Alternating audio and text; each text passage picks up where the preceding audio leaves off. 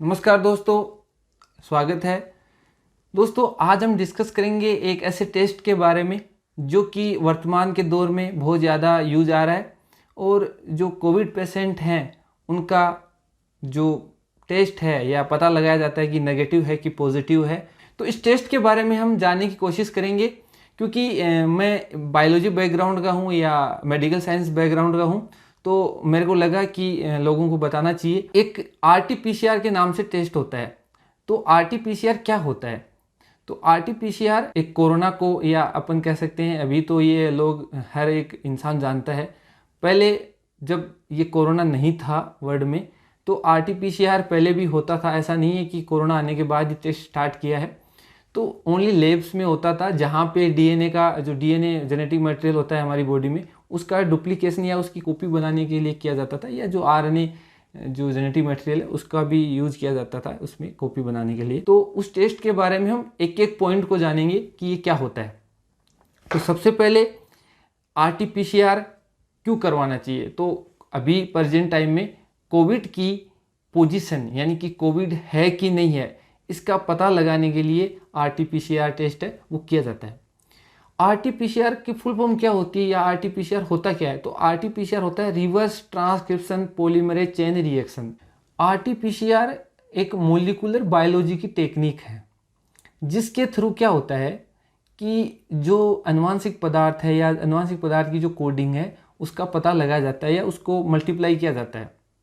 अब हम इसको टुकड़ों में समझते हैं कि होता क्या है। देखिए, अर्थ पे डिफरेंट टाइप के जो ऑर्गेनिज्म है या जो जीव जंतु हैं उन सभी में DNA अनुवांशिक पदार्थ होता है।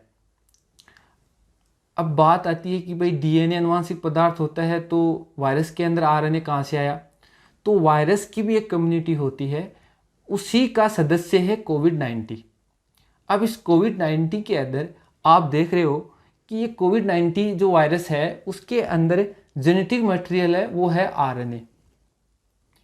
तो जो अपने पास मशीन है या जो संसाधन है जिनसे RT-PCR किया जाता है तो वो तो थोड़ा बहुत DNA को इन्वॉल्व करके काम करते हैं, और वायरस के अंदर RNA है तो वो क्या करते हैं कि इस RNA से DNA का निर्माण कर लेते हैं। तो जनरली हम देखें या पढ़ते हैं कि DNA से RNA का जो निर्माण है उसको ट्रांसक्रिप्शन कहते हैं, लेकिन अब हम यहाँ पर वायरस के RNA से DNA का निर्माण कर रहे हैं। दैट मीन्स ये रिवर्स प्रोसेस हो गई। तो RNA से DNA का निर्माण रिवर्स ट्रांसक्रिप्शन कहलाता है, और इसी वर्ड की वजह से इसको नाम दिया गया रिवर्स ट्रांसक्रिप्शन या reverse transcription polymerase chain reaction. तो यहाँ पर होता क्या है कि जो पेशेंट है उसकी नजल कैविटी से या उसकी बकल कैविटी से जो आपका सलाइवा वगैरह है माउथ के अंदर, है ना, या जो भी लिक्विड है, और उससे क्या होता है सैंपल लिया जाता है। इस सैंपल से क्या करते हैं वो कि वायरस का जो RNA है या वायरस का जो कैप्सिड पूरा जो वायरस है उस सेल को आइसोलेट करते हैं, और आइसोलेट करने के बाद उसको क्या करते हैं उस सेंट्रीफ्यूगल मशीन के अंदर सेपरेशन करते हैं उसका, और वहाँ से PCR के अंदर उसको लेके जाते हैं। अब वहाँ पे क्या होते हैं साइकिल होते हैं, डिफरेंट टाइप के साइकिल होते हैं। इन्हीं साइकिल के बारे में आगे अपना टॉपिक आएगा CT वैल्यू। तो इन्हीं साइकिल से पता लगाया जाता है कि अमुक जो प्राणी है या अमुक जो इंसान बॉडी है उसके अंदर जो कोरोना वायरस है वो इंजेक्ट हो गया या नहीं हुआ, इन्फेक्ट हुआ कि नहीं हुआ, ये सारी चीज़ें हैं उनसे पता की जाती है। अच्छा, पता कैसे करते हैं? तो इसके लिए जब इसका टेस्ट होता है तो वहाँ पे दी जाती है CT वैल्यू, मतलब साइकिल थ्रेशोल्ड वैल्यू। कहने का मतलब ये है कि CT वैल्यू ये बताती है कि इन्फेक्शन वर्तमान समय में उस बॉडी में है, कितना है और कैसा है। तो ये तो बात हो गई। अच्छा, वहाँ पे एक ग्राफ होता है, जैसा कि आप स्क्रीन पे ग्राफ देख रहे हो, ये इसके अंदर आप देख रहे हो 5, 20, 35 ऐसा लिखा हुआ है। तो मैक्सिमम 35 साइकिल्स देखते हैं कि 35 वैल्यू एक ऐसी वैल्यू है कि अगर इस वैल्यू से ऊपर है, इस वैल्यू से अगर ऊपर है ग्राफ, दैट मीन्स उस इंसान के अंदर कोरोना वायरस नहीं मौजूद है, या जो सैंपल लिया गया उसमें कोरोना वायरस नहीं है।